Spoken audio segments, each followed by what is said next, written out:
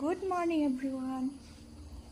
এয়া মাজে সময়ে ওলাওঁ, নাপাত্তা হৈ যাওঁ মাজতে।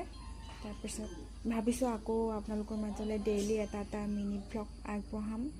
মৰম দিব আপোনালোকে যদি ভাল পায়। মানে বহুত দিন নাপাত্তা হৈ যাওঁ, আকৌ ভাবোঁ আপোনালোকৰ লগত কানেকশ্যনটো ৰাখি থওঁ আৰু।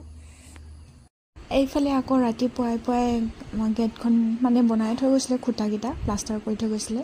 ৰাতিপুৱা আহি গ'ল কামত লাগিবলৈ, চবেই কামে লাগি গৈছে। আৰু এইফালে আমাৰ ডিউটি মানে চপাৰকেইখন পূৰা মকুৱে পূৰা পানী চানি প্ৰায় লেতেৰা কৰি দিছিলে, সেইকাৰণে সি আকৌ মুচি আছে। সি মায়ে চাফা কৰি আছিলে, লগতে সিও মুচি আছে।